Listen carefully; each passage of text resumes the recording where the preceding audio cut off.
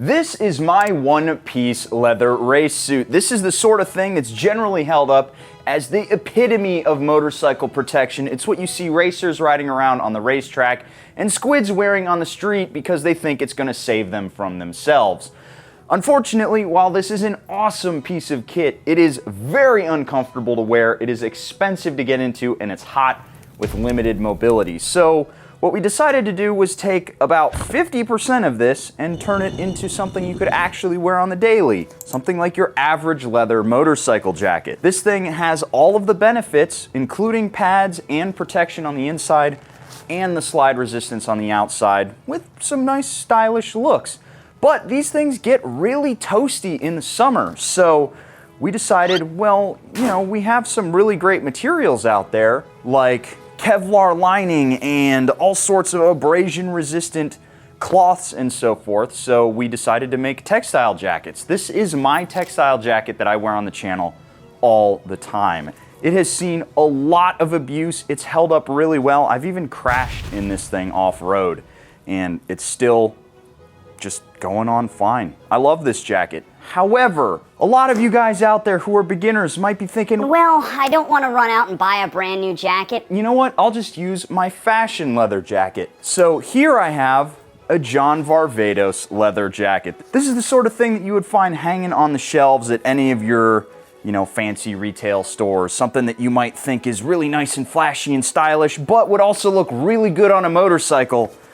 Unfortunately, it's not designed for impact protection. So we're gonna go over all of the various different levels of protection and why you should not use fashion leather or any other non-motorcycle jacket on a bike. Stay tuned, it's gonna be a good one.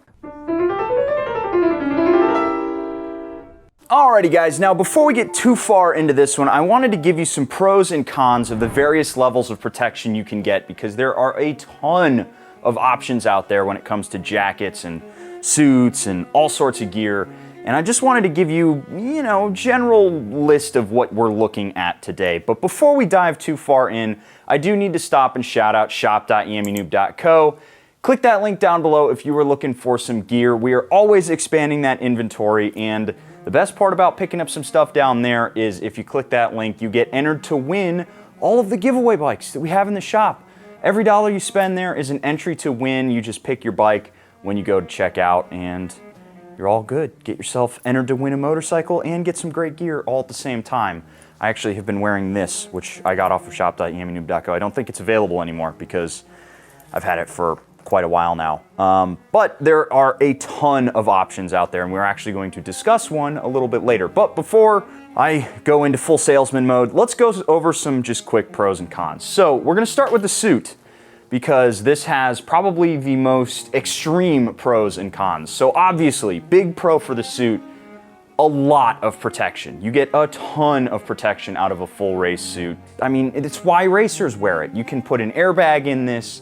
It's got a ton of really solid padding in here. The leather is super thick and needs to be broken in and conditioned properly before it's particularly comfortable. These things are not designed to be comfortable. That's your first con. Obviously, when protection is paramount, comfort comes second. So you get a lot of protection out of this thing, not a lot of comfort. Another con for this though is it is expensive. This is an Alpine Stars GP Plus 1V2, I think. I'll put the name down here so you can actually see what's going on. But this suit right here costs $1,200, and that is just the suit, no back protector in here aside from the little hump. There is a full suite of elbows, knees, and shoulder protection and all that good stuff. You've got your sliders and some really thick cushioning in some weird spots. But other than that, you just get the suit. You're gonna probably want to supplement some of the stuff in here, as crazy as that sounds. It does need some supplemental gear. And lastly, these don't flow a lot of air. This is perforated down the front and it's perforated in the back, but you're literally stuffing yourself into a sausage casing. Not a lot of breathability on these suits. Some are better than others. Obviously, if you get a non-perf one, it's gonna be terrible, but this is a pretty toasty way to spend an afternoon. Now, let's move on to a leather jacket. This is a jacket you've seen me wearing on the channel a lot. This is my Willie G. Davidson limited edition Harley Davidson jacket that I have had since I actually began riding, which goes to show how long a leather jacket can last. And this thing was 550 bucks, like 600 bucks out the door. So half the price of the race suit, but with a lot of good features for the street rider. We've got elbows and shoulder protection. No back protector available in this jacket. There actually isn't a pocket for that in here. But it does have a bunch of breathability in side vents, even though it's not perforated. And because it's a Harley Davidson piece, you can literally take the sleeves off and just wear it as a vest. Because of course you can. Now, moving on to the lightweight textile mesh stuff that you see. You've got a lot of different ways this can come. You can get some sport cuts, you can get stuff like this, which is really incognito. Again, this is another thing that you see me wear on the channel all the time. And the reason why you want to go textile is it flows a ton of air. They're usually cheaper, and they offer the same level of protection when it comes to sliding because they normally come with aramid backing or Kevlar backing in the slide zones. This is no exception, and this jacket was like 200 bucks compared to the Harley at 600 bucks and the race suit at 1200. Now, last on the table here, we have the John Varvatos fashion leather jacket. This is going to make you look stunning, dashing for your dates, but when it hits the pavement, it is going to just come apart like wet tissue paper. This is not designed for impact protection. It does not have double stitching. It does not have this. It does not have that. No pockets for any sort of protection. However, it is extremely lightweight. This leather jacket is lighter than most textile jackets. And I've seen some people say that you can stitch pads into this and be just fine, but man, for $600 worth of fashion leather, you might as well just go get a leather jacket. So now let's dive into some of the specs and some of the things that you want to look for on your jacket.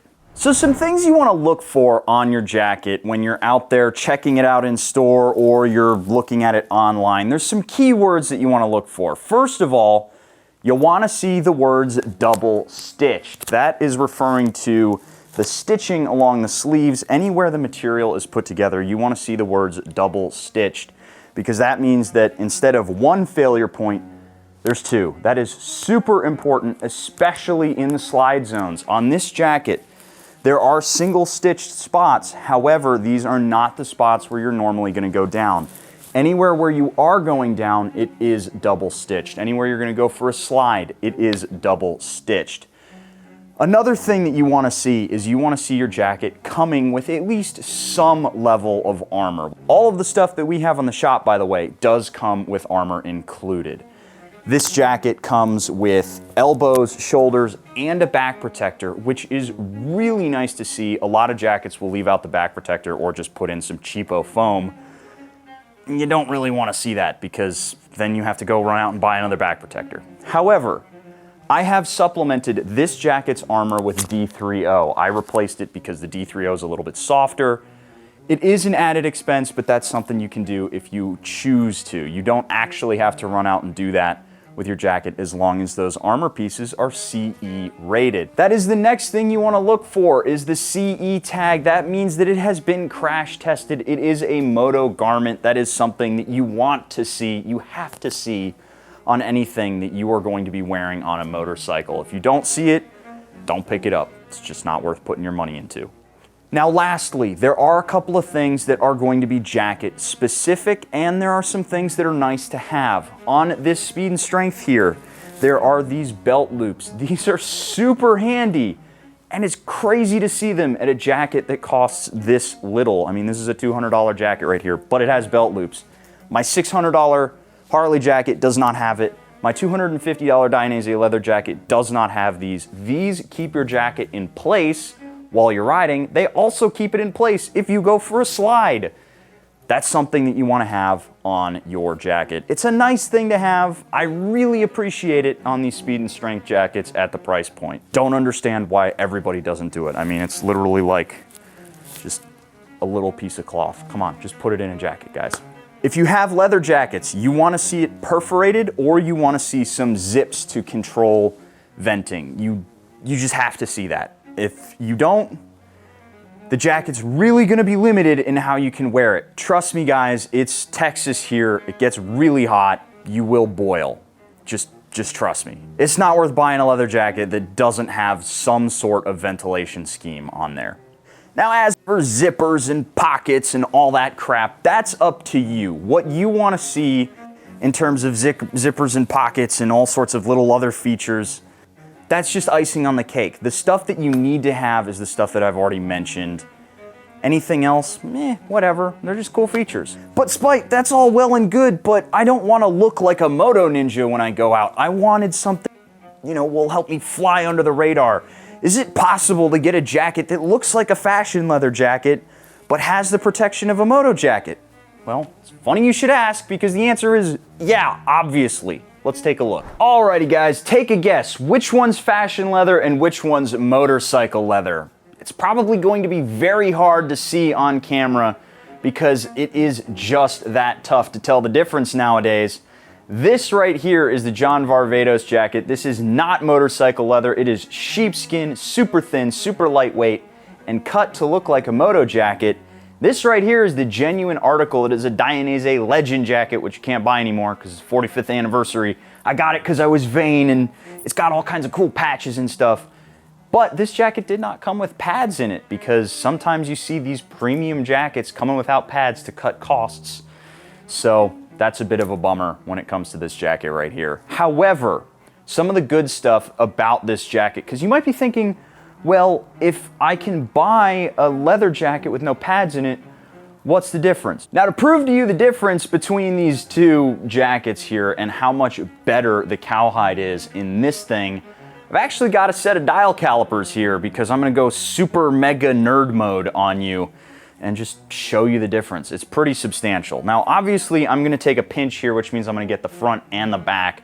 It's gonna be twice as thick than it actually is. Just divide the number in half, you'll be fine. Now, using the calipers here, taking a pinch of the leather, I'm gonna go all the way until I can't feel it squeeze anymore. This is 1/10 of an inch thick, so it's 1/20th of an inch thick if you just take the half of it. Now, moving over to the fashion leather here, just getting the leather and not any of the lining on the inside, we're going to take a squeeze, and it is literally half as thick. This right here is about a quarter, no, that's 0.025 inches, I believe.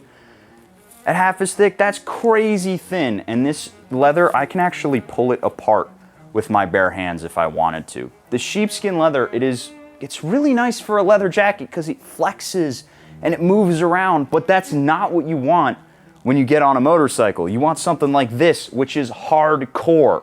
This jacket can go for a slide. It is designed to be impact resistant, whereas this is not. So there you go. You can absolutely get low profile motorcycle jackets with the adequate protection, again, assuming you provide it, that look just like this, that would literally fall apart when you hit the ground. Now, rounding this video out here, I have my Willie G. Davidson, Harley Davidson limited edition Cruiser Boy jacket right here. This is the one that's got you can take the sleeves off and be all cool, brother. This thing cost me $600 when I bought it, and I was, a noob when I got it, so I financed it, so it was even more expensive. So this is a jacket that costs a lot of money and is going to last forever, theoretically, if you take care of it. Over here, we've got the Speed and Strength Band of Brothers, brother. This jacket right here costs $300 on shop.yammynoob.co. And looking at these two jackets side by side, there are a couple of things that you might look at on the Willie G and the Speed and Strength and be like, well, the Willie G is nicer, right? You might be looking at how this is a little bit kind of creased and stuff. And that's just because it's brand spanking new. It's important to know that with leather jackets, you have to wear them in. These things are designed to last forever. Again, in theory, if you take care of them. But it needs to wear in a little bit before it's going to look as, classic and distressed as the Harley jacket here. This actually didn't come crazy distressed looking. This is just what 5-6 years worth of wear does to a leather jacket. I actually haven't even conditioned this thing once in the time that I've owned it. Once you start wearing this thing in, it is going to get a lot of the nicer looks that you want out of your leather jacket. Some of those classy looking creases. You don't need to buy pre-distressed, guys. That's what I'm trying to say here. But surely the $600 jacket over here has something up on the $300 speed and strength, right? Otherwise, why is it 600 bucks? Well, it's $600 because the sleeve says Harley Davidson. That's why it's 600 bucks. This jacket right here at 300 has more protection in it. It has these belt loops, which again, I love that Speed and Strength puts these in. This is a super nice feature to have. This has pre-curves in the arms. It's perforated. This jacket has a ton of stuff in it, including a back protector that the Willie G. Davidson doesn't even have a pocket for. So you don't need to go out and spend a ton of cash on a jacket or really any piece of protection, just so long as what you're buying has the right stuff in it.